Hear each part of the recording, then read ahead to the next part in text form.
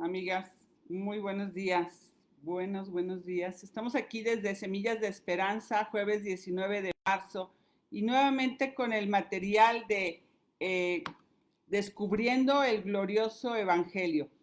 Estamos en la lección 20 y yo te animo que esta mañana tú tengas ahí tu Biblia. Es muy importante que leamos juntas desde la escritura, tu cuaderno, tu café, y que tomes este tiempo. Seguro va a ser muy edificante para todos los que vamos a estar aquí, el poder estar viendo Cristo fue sepultado.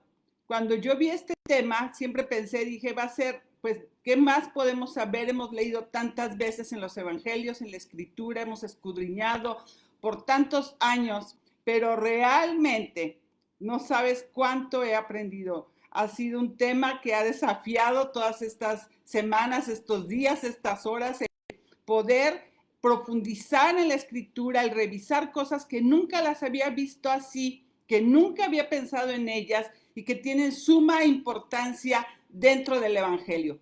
Nuestro propósito como Semillas de Esperanza, nuestro propósito como ministerio es estudiar la palabra de Dios, y estamos viendo todos estos aspectos, estas partes del Evangelio de nuestro Señor Jesucristo, la obra gloriosa de Cristo que llevó a cabo en la cruz para nuestra salvación.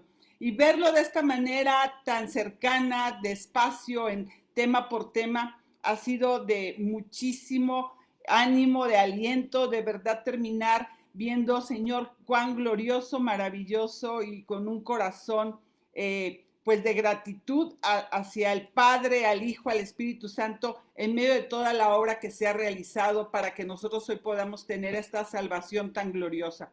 Entonces vemos aquí al enviado de Dios como el unigénito del Padre, el Mesías, haciendo la obra, y esta mañana Cristo fue sepultado. Vamos a orar, amigas, vamos a poner este tiempo en manos de Dios. Y Padre, quiero rogarte, Señor, esta mañana que con el poder de tu Espíritu Santo tú nos ayudes, Señor, a entender, a escudriñar la palabra y comprender. Cristo fue sepultado. Es una oportunidad que tenemos este día de estudiar juntas este precioso evangelio. Danos entendimiento, Señor. Danos un corazón enseñable para poder obtener mayor beneficio y provecho de esta lección, y poder comprender toda la trascendencia que tiene el hecho histórico que Cristo murió en la cruz, que fue colocado en un sepulcro para después levantarse de manera gloriosa en la tumba. De esta manera se lleva a cabo la resurrección. Ayúdanos, Señor, te lo pedimos en el nombre de Jesús. Amén. Y bueno, amigas, vamos a ver entonces la lección 20 del estudio. Si tú ya tienes tu cuadernillo, o si lo estás contestando, o solamente estás tomando notas de estas lecciones, quiero decirte que seguramente, igual que nosotras, has sido grandemente bendecida. Yo te animo también que si es la primera vez que te estás conectando y estás viendo esta transmisión, nosotros tenemos en la página de YouTube, en Centro de Consejería Semillas de Esperanza, las lecciones, y puedes ahí revisar y ver y pasar por cada una de las 19 lecciones anteriores que hemos visto en este glorioso evangelio. Y bien, en este capítulo vamos a considerar un aspecto del evangelio muy importante que muchas veces ha sido ignorado, que muchas veces lo pasamos por alto y lo vemos así como de pasada nada más, pero no estamos reflexionando en la sepultura de Cristo. Nos enfocamos en su muerte, nos enfocamos en la resurrección de Cristo, y no nos ponemos a meditar tanto en esto que ocurrió en la sepultura. Y los versículos que esta mañana vamos a revisar, estos textos, nos van a llevar a la mismísima razón de nuestra fe. Y este evento, que es parte de la vida y la pasión de nuestro Señor Jesucristo, que pocas veces hemos contemplado, que es la sepultura. Y para ello vamos a abrir nuestra Biblia en 1 Corintios capítulo 15, versículo 3 y 4. 1 Corintios capítulo 15, versículo 3 y 4. Y yo tengo la Biblia de las Américas y voy a leer, dice, porque yo les entregué en primer lugar lo mismo que recibí, que Cristo murió por nuestros pecados conforme a las Escrituras, que fue sepultado y que resucitó al tercer día conforme a las Escrituras. Entonces, lo que vemos aquí, y lo dice enfáticamente Pablo, Cristo fue sepultado. Perdón, Cristo murió, Cristo fue sepultado y Cristo resucitó. Y todo esto conforme a lo que había previamente anunciado los profetas en el Antiguo Testamento. La buena noticia está anclada en estas verdades, estas dos grandes columnas de la fe cristiana. Cristo murió, Cristo resucitó, pero en medio ahí está, Cristo fue sepultado, su sepultura. El evento de la sepultura de Cristo fue narrado en los 4 evangelios, debido a la importancia que representa como un elemento central de nuestra fe. El evangelio gira en torno a un Salvador que murió en debilidad en la cruz en el Calvario. Y la cruz es el centro, es el mensaje del evangelio. Y lo mismo podemos decir de la centralidad de la resurrección de Cristo. Sin resurrección no hay evangelio. Como lo dice bien Pablo en el capítulo 15, dice que si Cristo no resucitó, en vano es nuestra fe. La muerte y la resurrección de Jesús son indispensables para que nosotras hoy podamos abrazar este evangelio y predicarlo. Nosotras no podemos, amigas, entender la resurrección si no hay un cuerpo. Nosotras no podríamos entender este glorioso evangelio si no hay un cuerpo, y es el cuerpo de Jesús, que era muy importante. Yo quisiera hoy que reflexionáramos en esto. Si tú te has puesto a pensar alguna vez qué sucedió, qué hubiera sucedido si el cuerpo de Jesús hubiese desaparecido. Los enemigos de la cruz, los enemigos del cristianismo, que son muchos, tendrán 1,000,000 de argumentos para atacar nuestra fe. Nuestra fe no tendría tanta evidencia histórica como tiene ahora mismo. El Padre cuidó del cuerpo de su amado Hijo hasta que resucitó el domingo en la mañana. El Padre estaba observando su cuerpo y no le perdió detalle del cuerpo de su Hijo. Y por eso habla y dice aquí, ¿verdad? En 1 Corintios, según las Escrituras, y se refiere a toda esta cantidad de profecías mesiánicas que encontramos en el Antiguo Testamento, y todas ellas cumplidas en Cristo. Son 300 profecías en total, de las cuales docenas se enfocan específicamente en los eventos de la pasión, de la muerte y la resurrección de Cristo. Estas grandes verdades, estas grandes promesas que son centrales en el Antiguo Testamento convergen en Cristo. Cristo que murió por nuestros pecados y que fue sepultado. Y esto enfatiza la verdad de que Cristo murió verdaderamente. Estaba recordando un libro esta mañana, lo quería traer, lo había pensado, pero se llama Evidencias que exigen un veredicto. Y es un libro que dice que nunca debió de haber sido escrito, dice el autor, porque él realmente estaba queriendo derrumbar todos los argumentos de la resurrección de Cristo, de la muerte de Cristo. Y una vez que él hace un estudio minucioso, histórico, antropológico, él llega a una conclusión: Cristo murió, Cristo vivió, Cristo resucitó.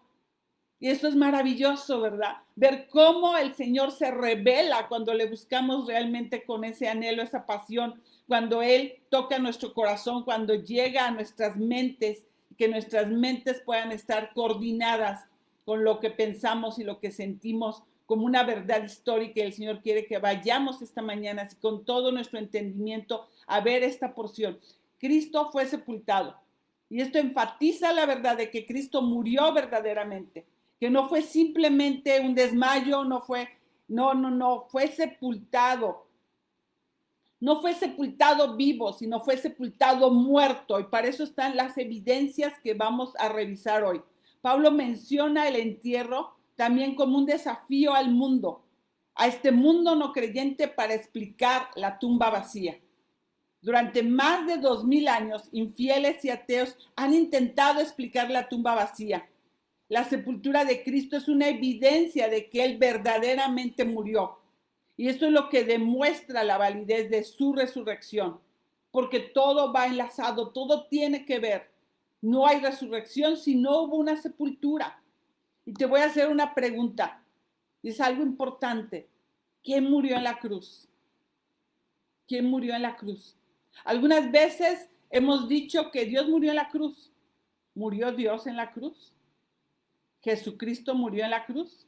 Para ser precisos, el que murió en la cruz fue la naturaleza humana de Dios. ¿Quién murió en la cruz? En la cruz murió la naturaleza humana de Dios. Y déjame que te lo explique. Esto es muy, muy interesante, es también muy profundo. Pero mira, para que Dios pudiese experimentar la muerte, ¿qué necesitaba Dios para experimentar la muerte? Un cuerpo. Porque Dios no puede morir. Entonces, en la Trinidad, en la segunda persona de la Trinidad, que es Jesucristo, Cristo necesitó un cuerpo para morir. Así que quien murió en la cruz fue la segunda persona de la Trinidad, pero específicamente su humanidad. Acuérdate, 100% hombre, 100% Dios. Y lo que murió ahí fue su humanidad. La divinidad de Jesús no murió. Jesús no murió ni dejó de existir nunca. La Trinidad siempre ha estado presente ahí, desde la eternidad hasta la eternidad, Padre, Hijo y Espíritu Santo. Jesús no murió ni dejó de existir. Jesús en ningún momento dejó de ser. Lo que murió en la cruz fue la humanidad, el cuerpo físico de Dios que utilizó en la segunda persona de la Trinidad llamada Jesucristo.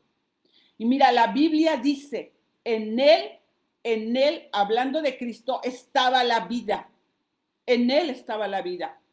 Y en otros momentos, Cristo dijo, yo soy la vida. Y la vida no puede morir.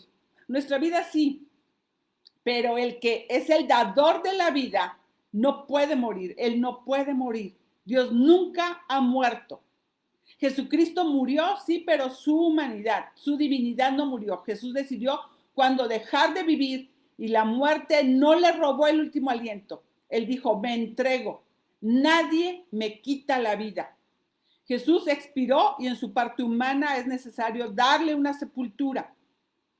Y hay otra pregunta, ¿qué significa que Jesús fue sepultado? ¿Qué significa que Jesús fue sepultado? De manera teológica y también de manera relevante y esa importancia que tiene para el cristianismo, ¿qué significa que Jesús fue sepultado? La muerte, sepultura y la resurrección de Cristo poseen una importancia capital no solo para nuestra salvación, sino también en lo que respecta a nuestra vida cristiana. De manera práctica lo podemos ver en nuestra santificación progresiva. Entonces, en Romanos capítulo 6, vamos a Romanos capítulo 6, versículo 3 y 4, dice, ¿o no saben ustedes que todos los que hemos sido bautizados en Cristo Jesús, hemos sido bautizados en su muerte? Por tanto, hemos sido sepultados con él por medio del bautismo para muerte, a fin de que como Cristo resucitó de entre los muertos por la gloria del Padre, así también nosotros andemos en novedad de vida. Este versículo para mí tuvo mucha importancia de incluirlo en este estudio, porque está hablando de esa unión espiritual que tenemos con Cristo.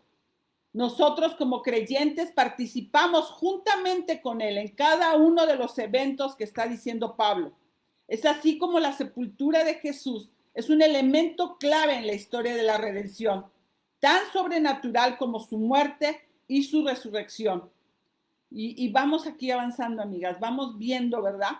Cómo nosotras vemos al Dios soberano obrando en esta voluntad de los hombres para que ellos sepultaran a Jesús exactamente como Jesús tenía que ser sepultado. Cada detalle, cada profecía, cada mención que se hace de estas profecías en el Antiguo Testamento son cumplidas en Cristo. Dios estaba detrás de cada uno de los detalles de la muerte de su amado Hijo. Dios estaba ahí viendo todas estas cosas, cómo sucedían y determinando en su santa, perfecta y soberana voluntad cómo sería la muerte, la sepultura y la resurrección de su Hijo. Las personas que intervinieron en la sepultura de Jesús fueron responsables, sí, de sus acciones, pero estaban cumpliendo la voluntad de Dios. Ahora bien, ¿saben qué es lo más maravilloso de todo esto? ¿Sabes qué es lo más maravilloso? Que Jesús es Dios. Jesús es Dios y por lo tanto podemos decir que aunque Él estaba físicamente muerto, al mismo tiempo estaba vivo en el espíritu, coordinando su propio funeral. Tremendo, ¿verdad, amigas? Esto es maravilloso ver cómo es Dios, cómo lo hace y cada detalle orquestado por Él mismo, Dios controlando cada detalle de su propio entierro. Jesús, humanamente y físicamente muerto, está vivo en su espíritu porque Dios no puede morir y Él es Dios. Isaías 53:9 dice, se dispuso con los impíos su sepultura, pero con el rico en su muerte, aunque no había hecho violencia ni había engaño en su boca. La primera parte, quedémonos con eso. Se dispuso con los impíos su sepultura, pero con el rico fue en su muerte. ¿Quiénes murieron junto a Jesús en la cruz? Hombres malvados, criminales que merecían la muerte. En Jerusalén del siglo I, cuando una persona moría de forma vergonzosa, con deshonra, de manera pública, pues eran personas que habían sido humilladas públicamente, no recibían un entierro digno. De hecho, los cadáveres se dejaban ahí en la cruz para que se descompusieran o fueran devorados como carroña por aves de rapiña. Era un espectáculo horripilante y luego los cuerpos eran arrojados a una fosa común y en otras veces a unos basureros que estaban allá afuera de Jerusalén, unos basureros que estaban ardiendo incesantemente. En Mateo capítulo 27, y vamos a estar ahorita pasando por los evangelios, en Mateo, porque los 4 evangelios hablan de la muerte y crucifixión de Cristo, hablan de su sepultura. Versículo 27 del 57 al 60, al 61. Dice, al atardecer vino un hombre rico de Arimatea llamado José, que también se había convertido en discípulo de Jesús. Este se presenta a Pilato y le pidió el cuerpo de Jesús. Entonces Pilato ordenó que se lo entregaran. Tomando José el cuerpo, lo envolvió en un lienzo limpio de lino y lo puso en su propio sepulcro nuevo que él había excavado en la roca. Después de rodar una piedra grande a la entrada del sepulcro, se fue. María Magdalena estaba ahí y la otra María sentadas frente al sepulcro. Dios no iba a permitir, amigas, no iba a permitir que su hijo fuera enterrado en un lugar infame. En este caso, de manera particular, se añadía la presión de que era el día de reposo, estaba a punto de comenzar. Recordemos que en pocas horas se iba a celebrar la Pascua. Vamos a Marcos capítulo 15, versículo 42. Y Marcos capítulo 15, versículo 42 nos dice, ya al atardecer, como era el día de la preparación, es decir, la víspera del día de reposo, vino José de Arimatea y se presenta ante el concilio. Los judíos no contaban los días como nosotras, amigas. Ellos no le ponían nombre a los días, domingo, lunes, martes, no. Ellos contaban los días de acuerdo al día de reposo y el primer día, segundo día, tercer día. Entonces, el primer día era el domingo después del día de reposo y el día de la preparación, vísperas de la Pascua, era el viernes. Era el día en que ellos se preparaban, desde muy temprano estaban comprando todo lo que se necesitaba para guardar apropiadamente el día de reposo. Marcos nos está diciendo que era el día de la preparación, entonces no hay duda de que Jesús murió el viernes a las 3 de la tarde, a la víspera del día de reposo. Un día que comenzaba la caída del sol de nuestros viernes y duraba la caída del sol de nuestros sábados. Los judíos tampoco contaban los días desde las 12 hasta las 12, como lo hacemos nosotros. Ellos contaban los días desde la caída del sol hasta la caída del sol, de manera que Jesús muere el viernes en la tarde. Para mí eso fue sorprendente. Yo no entendía por qué todo se paraliza en Israel desde las 6 de la tarde hasta las 6 de la tarde del sábado, porque así contaban los días. En esta forma, ¿verdad?, de contar los días es como nos está explicando. Ellos ya están apurados porque ya viene la Pascua y es necesario enterrarlo antes de que se tenga que preparar la Pascua. Estaban a horas, 3 de la tarde muere, a las 6 de la tarde está empezando el Sabbat. Entonces es enterrado el viernes en la tarde y el viernes mismo a la caída del sol comienza el sábado, comienza el Sabbat. Es por eso que los miembros del Sanedrín tenían prisa de descolgar los cuerpos de los crucificados para poder cumplir con lo que estaba estipulado en la ley y así poder guardar el día de reposo y celebrar la Pascua con una conciencia limpia. Y ese es el problema de los legalistas. Acaban de matar al Hijo de Dios. Acaban de llevar una farsa de juicio. Acaban de acusar, ¿verdad?, a Jesús de blasfemia, pero ahora quieren guardar la ley. Y así poder celebrar tranquilamente, sin problemas, con esa conciencia limpia, el día de reposo y la fiesta de la Pascua. Vamos ahora a Juan capítulo 19. Juan 19, versículo 31, y dice: los judíos entonces, como era el día de preparación para la Pascua, a fin de que los cuerpos no se quedaran en la cruz, el día de reposo, porque ese día de reposo era muy solemne, pidieron a Pilato que les quebraran las piernas y se los llevaran. Entonces era completar ese cuadro. Los condenados en la cruz se les quebraron las piernas y así pudieran morir más rápidamente de asfixia. Más adelante ahí mismo dice: cuando llegaron a Jesús, como vieron que ya estaba muerto, no le quebraron las piernas. Pero uno de los soldados le traspasó el costado con una lanza y al momento salió sangre y agua. Dice Jesús: nadie me quita la vida. Nadie me quita la vida. ¿Recuerdan Juan 10:18? Sino que yo la doy de mi propia voluntad. Tengo autoridad para darle y tengo autoridad para tomarla de nuevo. Cuando ellos decidieron quebrar las piernas de los crucificados, ya Jesús había decidido entregar su espíritu al Padre. ¿Y por qué es importante este detalle? En el versículo 34 dice: pero uno de los soldados le traspasa el costado con una lanza y al momento sale sangre y agua. Y salió sangre y agua.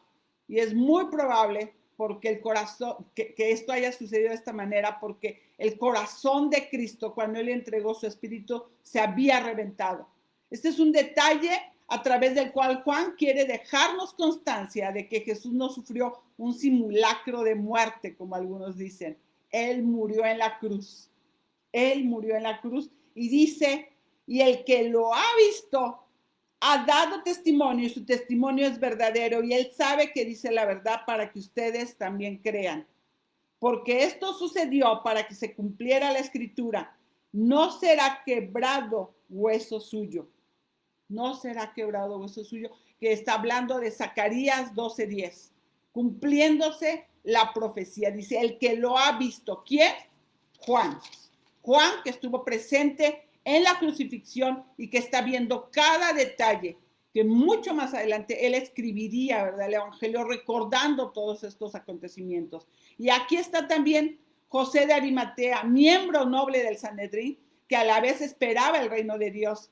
Y miremos, ¿verdad?, ese cuadro. Miremos, José de Arimatea no solo había creído en las profecías del Antiguo Testamento concerniente a la llegada del reino de Dios, no, también había llegado a una convicción firme, una convicción que lo haría un hombre valiente, una convicción de que Jesús era el rey de ese reino y se convirtió en uno de sus discípulos, que Jesús era el rey de ese reino que había anunciado Juan el Bautista y que ahora se hacía una realidad en la persona de Jesús. Lucas nos dice también que José era un hombre bueno y justo, que este era un hombre que había sido transformado por la gracia de Dios por medio de la fe y se había mantenido en secreto hasta ese momento. Este hombre estaba consciente del alto precio que tendría que pagar cuando el resto del Sanedrín se enterara de la relación que él tenía con Cristo. Seguramente pues sería expulsado de la sinagoga. Y amigas, en aquellos días, eso era prácticamente ser condenado a ser aislado de manera social. José de Arimatea tenía mucho que perder. Era mucho lo que tenía que perder de manera pública. Pero aquí viene la parte más sorprendente de la historia. En el momento menos indicado, humanamente hablando, cuando Jesús ya había sido condenado, ejecutado, clavado en una cruz, este hombre decide dar un paso. Decide dar un paso al frente, un paso sin retorno, al presentarse delante de Poncio Pilato y pedirle el cadáver de Jesús. ¿Dónde estaban los apóstoles, amigas? Ninguno de sus discípulos estaba ahí. Los discípulos huyeron a la oscuridad para esconderse. Ninguno se atrevió a pedir a Pilato el cuerpo de Jesús. Pero José de Arimatea seguía creyendo en él, al punto de atreverse a comparecer delante de Pilato en un momento tan crítico. Era quien más tenía que perder y en ese momento salió a la luz. Se presentó con todo su atrevimiento ante Pilato para pedir el cuerpo de Jesús de manera valiente. Hace esta petición a Pilato. Marcos capítulo 15 dice que llenándose de valor entró donde estaba Pilato. Y de paso, José no tuvo problemas en contaminarse, porque recuerda que todo esto, entrar al pretorio, estar ahí, pues te contaminabas. Y recuerden que los sacerdotes no querían entrar al pretorio para no contaminarse y así poder comer la Pascua. José de Arimatea no tenía ese problema. Él entró a donde estaba Pilato y le pide el cuerpo. En el libro de Números sabemos que todo aquel que toca el cuerpo de una persona muerta queda contaminado de manera ceremonial por 7 días, lo que implicaba que no podía participar en ninguna actividad religiosa durante estos 7 días en el templo. José de Arimatea tiene que haber sido un hombre sumamente escrupuloso con el cumplimiento de la ley, pero en ese momento su lealtad a Jesús fue más poderosa y determinante que cualquier otro tipo de lealtad. Y amigas, aquí hay una gran lección. Es una lección para nosotras que debemos de estar dispuestas a pagar el precio de seguir a Cristo. Recuerden que José actuó de esta manera antes de la resurrección. Él actuó en fe, creyendo que Jesús era quien decía que era, y eso le dio el valor de hacer lo que él hizo. Pilato, sorprendido de que ya hubiera muerto, confirma el hecho con el centurión. Y recuerden que si había personas en aquellos días que eran expertas en ver cadáveres, eran los soldados romanos. Pilato da el cuerpo a José de Arimatea. Y en Marcos capítulo 15, versículo 46, dice, quien compró un lienzo de lino y bajando el cuerpo de la cruz lo envolvió en el lienzo de lino y lo puso en un sepulcro que había sido excavado en la roca e hizo rodar una piedra a la entrada del sepulcro. Imagínense a José de Arimatea bajando de la cruz el cuerpo muerto de Jesús. No sabemos si recibió alguna ayuda de algún soldado que todavía estaba en el lugar de la ejecución, pero seguramente José de Arimatea tumbó la cruz, quitó los clavos de las manos y los pies de Jesús, lavó su cuerpo como era costumbre de los judíos, para entonces proceder a envolverlo en ese lienzo que él había comprado. Y algo interesante que debemos añadir aquí es que el Evangelio de Juan nos dice que en ese momento llega Nicodemo. Nicodemo entra en escena. Alguien a quien Juan identifica como el que antes había venido a Jesús de noche. ¿Se acuerdan? Juan capítulo 3. Había ido en secreto, ¿verdad? A hablar ahí de el nuevo nacimiento. Entonces llega ahí con esta mezcla de mirra y de aloe y Juan es muy específico porque dice que son como 100 libras, como 50 kilos, es como un costal tremendo de aloe y mirra. Y estos dos discípulos de Jesús que habían mantenido su fe en secreto hasta que lo vieron clavado en la cruz, ahora se han propuesto enterrarlo como un rey. La mezcla de mirra y aloe, como de 100 libras, era para tapar ese mal olor de la putrefacción de los cadáveres. 100 libras es algo sumamente costoso. Lo que Juan nos está diciendo es que José de Arimatea y Nicodemo están enterrando a Jesús como una persona de la realeza. Se dispuso con los impíos su sepultura, mas con los ricos será en su muerte. Eso es exactamente lo que se está cumpliendo aquí. Dios lo había dicho 700 años antes, amigas. Lo pusieron en un sepulcro excavado en una roca, una tumba sin usar, se labraban como unas lápidas que salían de la misma cueva, de la misma roca, y ahí se depositó el cuerpo de Jesucristo. No solo para darle a Jesús el honor que él merece, sino también para preparar el escenario de la resurrección.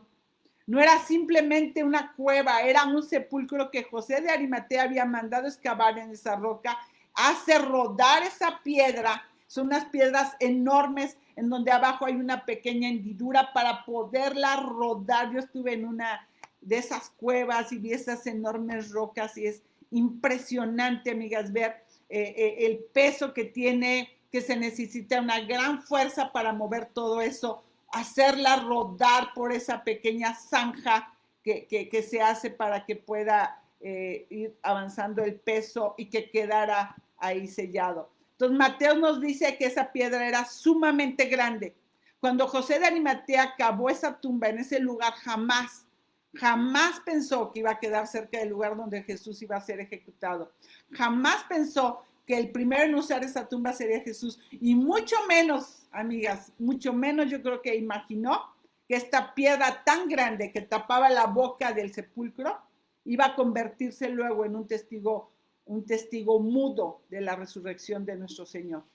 José de Arimatea fue el sepulturero más privilegiado de todos los tiempos. Dios, en su providencia, está sentando todas las bases para el acontecimiento más importante que seguiría después de la muerte de Cristo, que es la doctrina de la resurrección. Y vamos a seguir ahora en Mateo 27 del 62 al 66.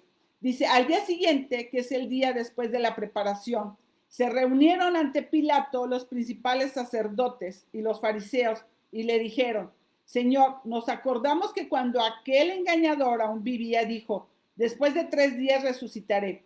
Por eso ordene usted que el sepulcro quede asegurado hasta el 3er día, no sea que vengan sus discípulos, se lo roben y digan al pueblo, él ha resucitado entre los muertos, y el último engaño sea peor que el primero.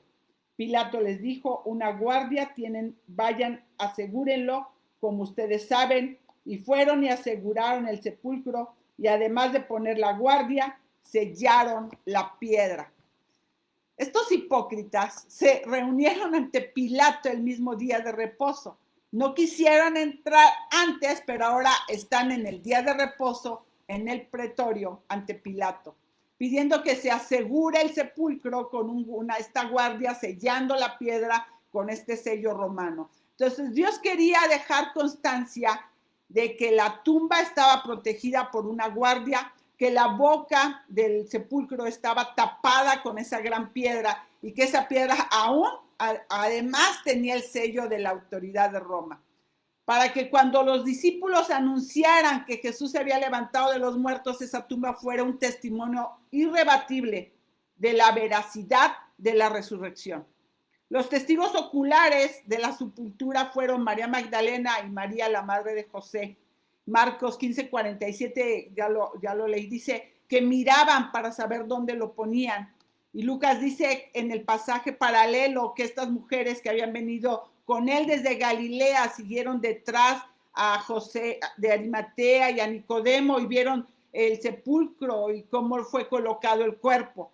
Así que ellas no solamente fueron testigos presenciales de la muerte de Cristo, sino también de su sepultura. ¿Y saben por qué es importante esto? Porque ellas serían las primeras testigos de su resurrección el domingo de la mañana. Ahora bien, vamos a esta segunda parte, ¿verdad? De nuestro estudio, y dice, ¿a dónde fue Cristo cuando murió? ¿A dónde, amigas, fue Cristo cuando murió? Y hay varias respuestas en los siguientes pasajes que vamos a revisar. El cuerpo físico de Jesús fue sepultado. El cuerpo físico de Jesús fue sepultado. Pero ¿dónde fue su espíritu cuando muere Jesús? Porque al igual que todo ser humano hubo un desprendimiento. El cuerpo físico quedó ahí inerte y fue colocado en ese sepulcro. Y el tema del paradero de Cristo durante los 3 días entre la muerte y la resurrección es comúnmente malentendido. Sin embargo, vamos a poner una mirada cercana y cuidadosa a las escrituras para que nos revelen una unidad entre todos los escritores bíblicos en este intervalo entre la muerte y la resurrección. El espíritu de Cristo no permaneció en la tumba. Lucas 23:43. Lucas 23:43 nos dice esto. Dice, entonces Jesús le dijo, está hablando con el ladrón que tiene ahí a un lado, que está también siendo crucificado, le está diciendo, en verdad te digo, hoy estarás conmigo en el paraíso. En las palabras de Jesús al ladrón en la cruz, él le está diciendo que irían al paraíso, el glorioso lugar que es la morada de su Padre. Recordamos en Salmos 16:10.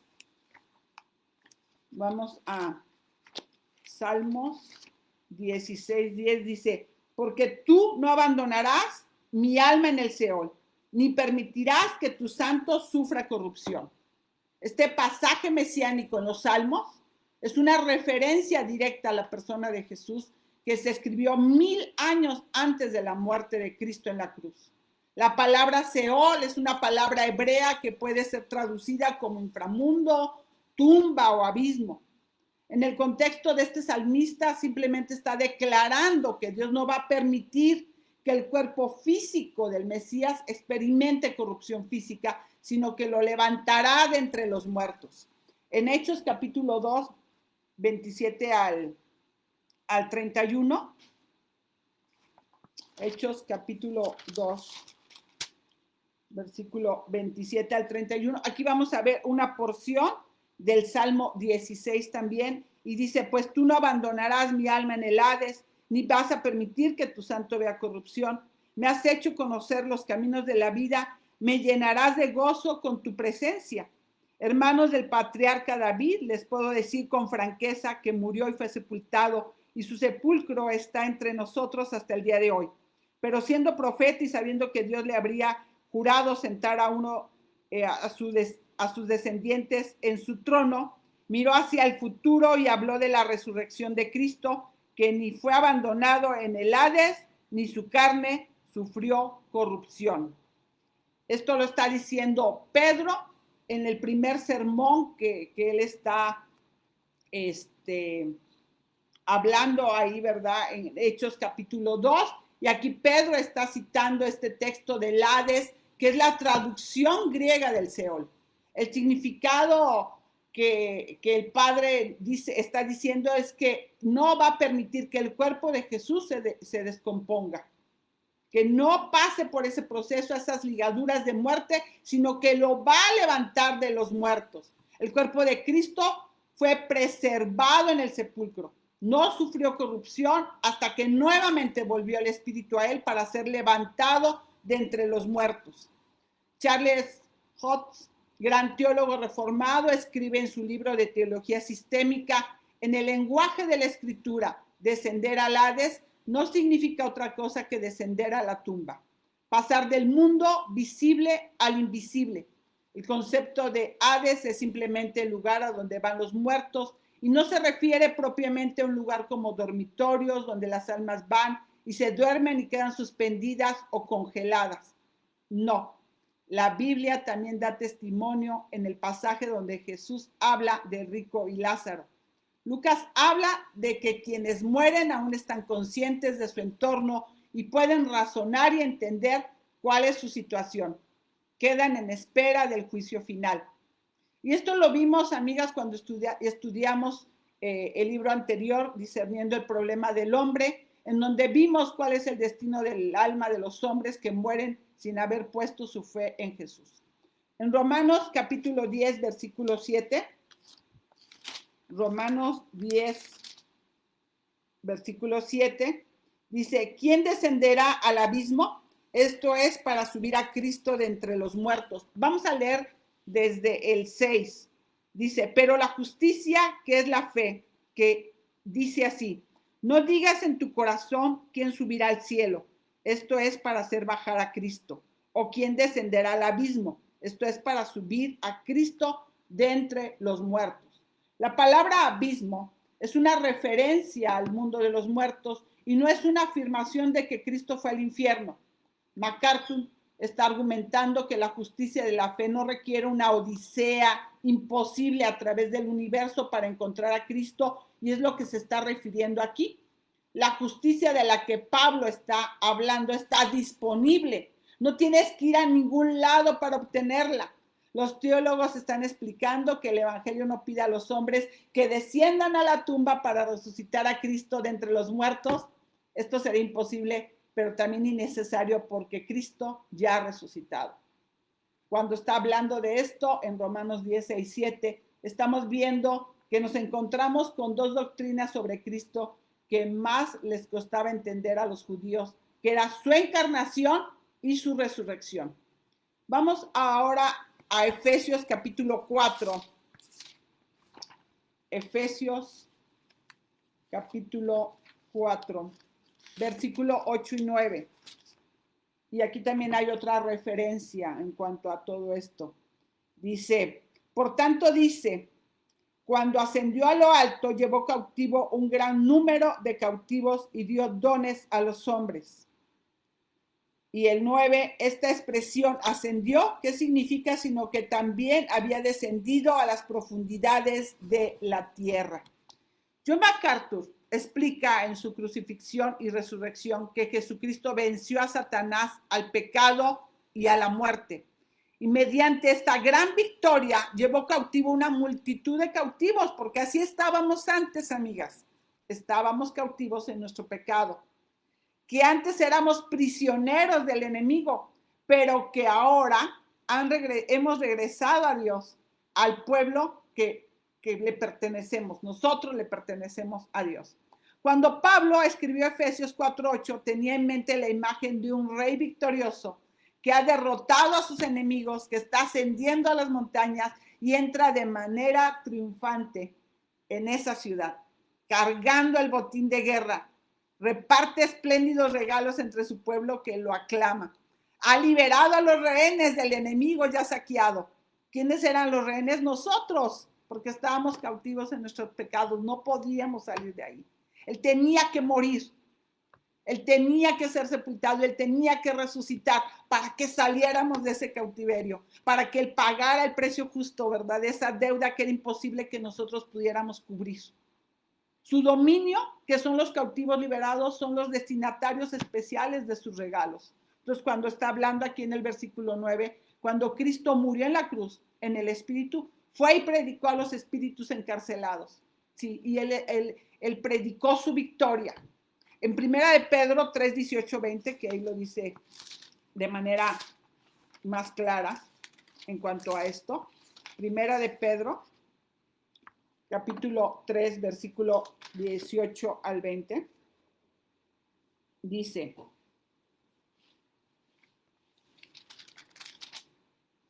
porque también Cristo murió por los pecados una sola vez, el justo por los injustos, para llevarnos a Dios, muerto en la carne, pero vivificado en el Espíritu. En el Espíritu también fue y predicó a los espíritus encarcelados, quienes en otro tiempo fueron desobedientes cuando la paciencia de Dios esperaba en los días de Noé, durante la construcción del arca, en la cual unos pocos, es decir, 8 personas fueron salvadas por medio del agua. La palabra predicó se traduce mejor como proclamó. Es decir, proclamó su victoria sobre Satanás. Él fue ahí y dijo, he vencido. Yo me puedo imaginar esa escena, ¿verdad? Pero ya llegó como el Cristo triunfante ahí, he vencido. Porque recuerden que realmente pensaban que en el momento en que estaban crucificando a Jesús todo había terminado. No sabían, ¿verdad? ¿Cuál era? Era el triunfo sobre el pecado, la muerte y Satanás. Y Jesús va y proclama su victoria. Cristo había dicho proféticamente en el Salmo 16:10, no dejarás mi alma en el Seol. Regresó del Hades con las llaves del Seol y de la muerte, dice Apocalipsis 1:18. Dice ahí en Apocalipsis 1:18. Dice, y el que vive y estuve muerto, pero ahora estoy vivo por los siglos de los siglos y tengo las llaves de la muerte y del Hades. Y tengo las llaves de la muerte y del Hades, llevando consigo la cautividad cautiva a su regreso.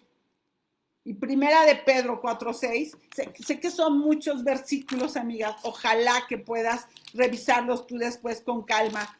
Realmente es maravilloso ver cómo el Señor va creando como este conjunto, ¿verdad? De versículos que se van uniendo unos con otros, pero con un mismo sentido.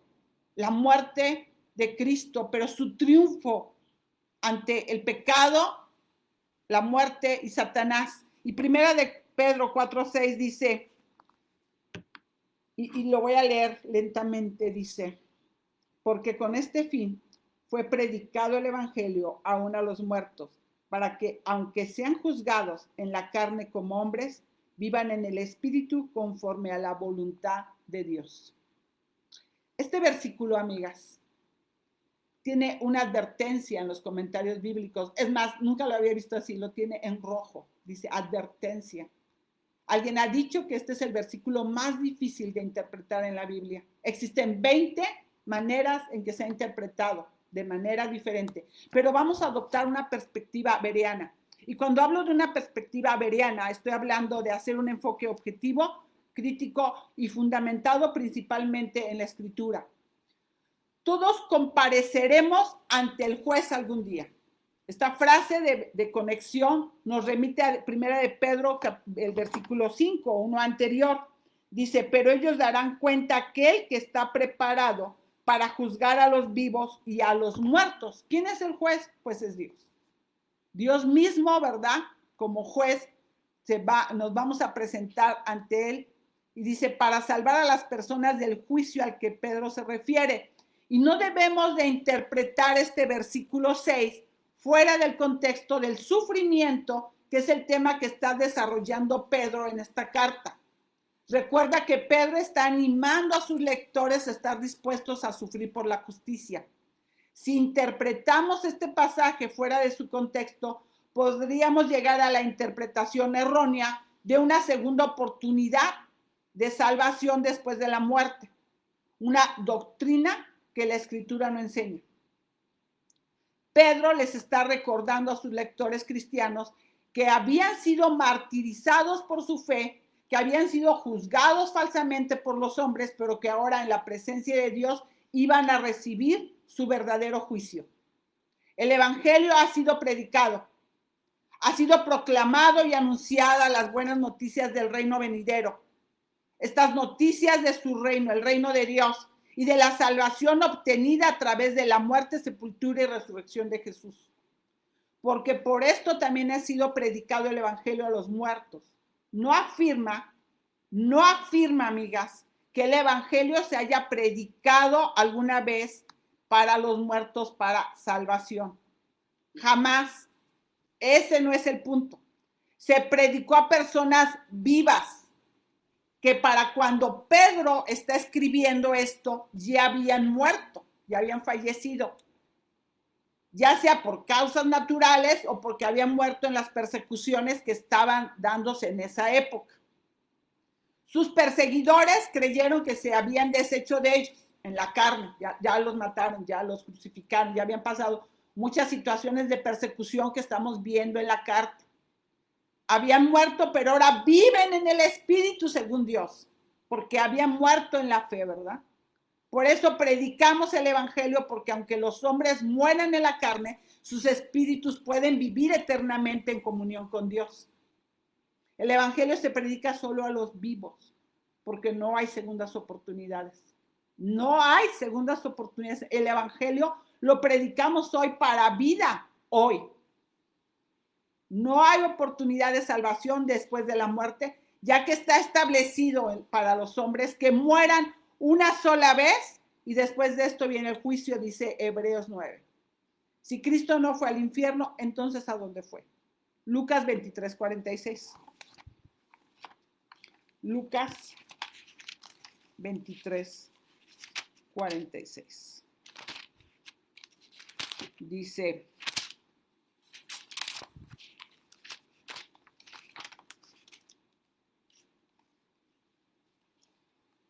de cierto os digo que hoy estarás conmigo en el paraíso. Deseaba que el ladrón arrepentido supiera sin lugar a dudas a dónde iría en el momento en que dejaría esta vida terrenal. Lo que Jesús le dijo fue sin duda de manera increíble, de cierto, ¿verdad? Esta es una verdad que te voy a decir, un signo de exclamación divino. Si un delincuente, un convicto que moría en una cruz, un hombre que los judíos habían considerado irremisible, sin posibilidad de perdón, ahora tenía la garantía del Redentor mismo de que sería rescatado de la muerte a la vida. Hasta el final, Jesús vivió la verdad de Lucas 19 que vimos hace algunas semanas. Lucas 19:10 dice: porque el Hijo del Hombre vino a buscar y a salvar lo que había perdido, salvando a los perdidos incluso en la cruz.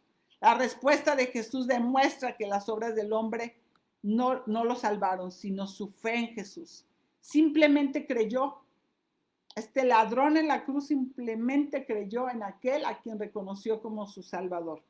Entonces, Lucas 23:46 dice: y Jesús, clamando a gran voz, dijo: Padre, en tus manos encomiendo mi espíritu. Habiendo dicho esto, expiró.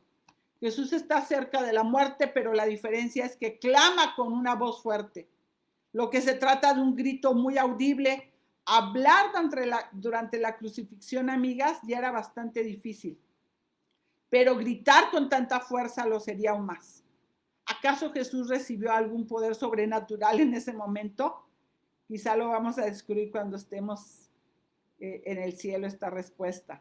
De cualquier manera, no fue un grito de derrota, sino un grito triunfal de victoria sobre el pecado, sobre Satanás y paradójicamente victoria sobre la muerte, aunque moriría al instante siguiente. Esta declaración es evidencia de que Cristo fue con el Padre en el momento de su muerte. Y lo vemos en el Salmo 31:5. Salmo 31:5 dice: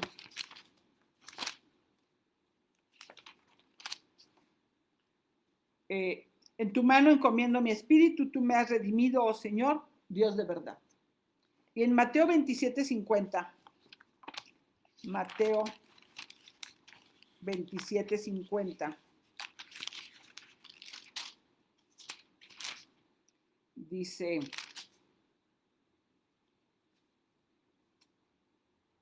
entonces Jesús, clamando otra vez a gran voz, exhaló el espíritu. Entonces Jesús entrega su espíritu, literalmente significa que Jesús envió su espíritu lejos de sí mismo, es decir, de su cuerpo, que esto fue una elección voluntaria. Hizo exactamente lo que había predicho en Juan 10, 17 y 18. Dice: yo doy mi vida para volver a tomarla y nadie me la ha quitado, sino que yo la doy por mi propia voluntad. Tengo autoridad para darla y tengo autoridad para volver a tomarla. Jesús tuvo el control absoluto de todo esto. Jesús tuvo ese control en esto de hasta su último aliento. Juan 20:17 dice: Juan Juan 20, 17. Y Jesús le dijo, suéltame, porque todavía no he subido al Padre, pero ve a mis hermanos y diles, suba mi Padre y Padre de ustedes, a mi Dios y Dios de ustedes. Le está diciendo a María Magdalena, le está diciendo, ¿verdad? No me toques, no te aferres a mí. Jesús le dijo, deja de aferrarte a mí, dice otras versiones en Reina Valera, deja de tocarme, deja de sujetarme. Él ordena que se detenga y Jesús explica que él debe ascender al Padre, y esta vez en su cuerpo, porque él había ascendido en su espíritu, y la comunión física es solo temporal en este momento. Recordemos que Tomás tocó sus llagas, o sea, no significa que nadie me puede tocar. Él sabía lo que hay en el corazón de los hombres, él sabía lo que había en el corazón de María Magdalena, y ella esperaba que él permaneciera en la tierra y reinara como Mesías terrenal. Y en esa interacción con María, Cristo no está negando que su espíritu había ido ya al Padre, que había ascendido al Padre después de su muerte en la cruz, sino que está diciendo que todavía tenía que ascender en su cuerpo a la derecha del Padre como un intercesor de su pueblo. Después de 3 días, su espíritu volvió a su cuerpo, que descansaba en la tumba de José de Arimatea, y resucitó de entre los muertos, vivo para siempre. Y ese es el tema de la siguiente semana, la resurrección. Las almas de quienes murieron en la fe vinieron con él desde un lugar de descanso en el Hades, es decir, en el seno de Abraham, y entonces en un poderoso milagro se abrieron los sepulcros y muchos cuerpos de los santos que habían dormido resucitaron, es lo que nos narra Mateo. Y junto con el ladrón en la cruz, que también había creído, el Señor presumiblemente los llevó a todos consigo al paraíso, en donde permanecerán con el Señor hasta que Él regrese a la tierra, con ellos y con las almas de todos los que han muerto como creyentes en Cristo desde entonces. Como lo habrás visto, estos pasajes son muy profundos y requieren la interpretación de varios comentarios evangélicos, pero tenemos una conclusión, amigas. La sepultura de Cristo confirma históricamente su muerte en la cruz. No se podía sepultar un cuerpo que no estuviera muerto. Esta sepultura fue realizada bajo el contexto cultural de su época de José de Arimatea y Nicodemo, que son testigos fieles de la sepultura del cuerpo de Cristo, y ellos vieron y tocaron ese cuerpo sin vida. La importancia doctrinal de este hecho es que Jesús verdaderamente murió en la cruz, realizando la obra de redención para la cual fue enviado a la tierra por el Padre, y además confirma la encarnación del Hijo de Dios. Ellos tocaron un cuerpo, ellos tocaron el cuerpo de carne y hueso, que estaba herido, golpeado, con moretones y laceraciones en la piel, en donde brotó sangre. Vieron los puntos donde se clavaron las espinas en la cabeza, los puntos donde fueron traspasados sus manos y tobillos. Lo tocaron, lo limpiaron, lo lavaron, derrumbando así esos argumentos gnósticos de un movimiento religioso y filosófico que estuvo desde el siglo I hasta el siglo IV, y tantos más que han querido desacreditar la muerte de Cristo. Ellos no creían que Jesús había muerto de manera física en la cruz, ya que consideraban la materia como algo perverso. Sostenían que Jesús no tenía un cuerpo humano real, sino una apariencia. Y todo esto queda derrumbado cuando nosotros entramos, leemos y vemos en la Escritura todas estas evidencias. La realidad de la muerte y la sepultura del cuerpo de Cristo sirve como un sustento glorioso para el evento de la resurrección de Cristo. Es decir, volver en el mismo cuerpo que fue sepultado al mundo de los vivos para dar testimonio de la palabra y de la consumación perfecta y suficiente de la obra de redención. Esto es maravilloso, ver la sepultura de Cristo, ver todos y cada uno de los momentos y tiempos de los personajes, de los que están ahí participando de manera soberana, como Dios orquestando todo, cuidando el cuerpo de su amado Hijo. Amigas, oremos. Señor, gracias, Padre. Gracias, Señor, porque tu palabra es contundente, tu palabra es verdad, y podemos hoy reconocer que Cristo murió, pero también fue sepultado. Como tú has orquestado, has cuidado de todo esto, Señor, y hoy podemos reconocer y alabarte, bendito Dios. Te damos gracias por este tiempo que nos has permitido estudiar tu palabra, Señor. Gracias por que podemos revisar estos gloriosos eventos, que una vez que Jesucristo murió en la cruz, su cuerpo de manera real, de manera física, fue tomado y bajado de la cruz, fue lavado, fue preparado para ser envuelto en esos lienzos y ser colocado en ese sepulcro. Gracias, Dios. Gracias, Señor, por el testimonio de José, por el testimonio de Nicodemo, de estas mujeres, de los evangelistas que recopilaron toda esta información histórica, que da validez a la encarnación de Jesucristo, el cual vino a morir por nuestros pecados. Gracias, Señor, por esta lección. Síguenos enseñando, Padre, y permítenos seguir aprendiendo de estas gloriosas verdades para tener vidas fortalecidas, para tener vidas arraigadas y cimentadas en tu palabra, en tu verdad. Danos valentía para proclamar, para anunciar hoy este evangelio. Esta es la oportunidad, no hay otra. Solo hay esta vida. Y ayúdanos a anunciar que Cristo murió en esa cruz, fue sepultado, pero resucitó y hoy vive. Gracias, Señor, por todos estos detalles, por todos estos aspectos de lo que Jesús pasó para que el mundo crea y podamos dar testimonio que Él es el Señor, que Él es el Rey de Reyes. Gracias, Padre. Te alabamos. En el nombre de Jesús oramos. Amén. Y bueno, amigas, pues les mando un abrazo, Señor, que el Señor nos siga guiando en cada uno de los temas que siguen. Próxima semana, la resurrección. No, como si lo hubiéramos planeado de antemano, amigas, quedó exacto. Vamos preparadas para este tiempo de Pascua, esta Semana Santa, con toda la energía para compartir, con todo el ánimo, con toda la palabra de Dios, equipadas para hablar de las verdades gloriosas de nuestro Señor Jesucristo. Les mando un abrazo y nos vemos ahorita en el Zoom. Bendiciones.